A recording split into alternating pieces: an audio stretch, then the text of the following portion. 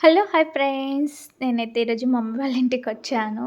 ఎందుకంటే మమ్మీ గోరింటాకు తీసుకొచ్చిన రా పెట్టుకుందువు అంటే, నేనైతే ఇక మార్నింగ్ అయితే ఇక్కడికొచ్చాను. మార్నింగ్ అంటే మార్నింగ్ కాదంటే ఆల్రెడీ 11 అయిపోయింది. నేను ఇక్కడికొచ్చేసరికి ఇంట్లో పనంతా చేసుకొనొచ్చేసరికి 11, 11:30 అయితుందిప్పుడు.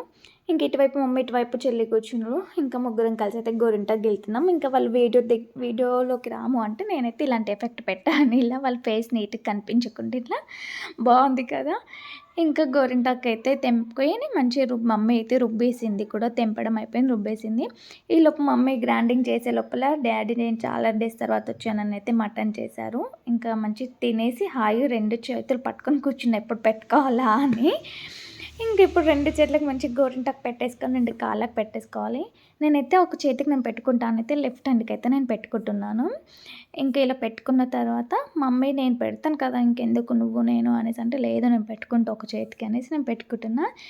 ఇంకా ఈ చేతికైతే మా అమ్మే పెడుతుంది. ఇంక నాకైతే ఇలా గోరింటాకు పెట్టుకోవడం చాలా ఇష్టం.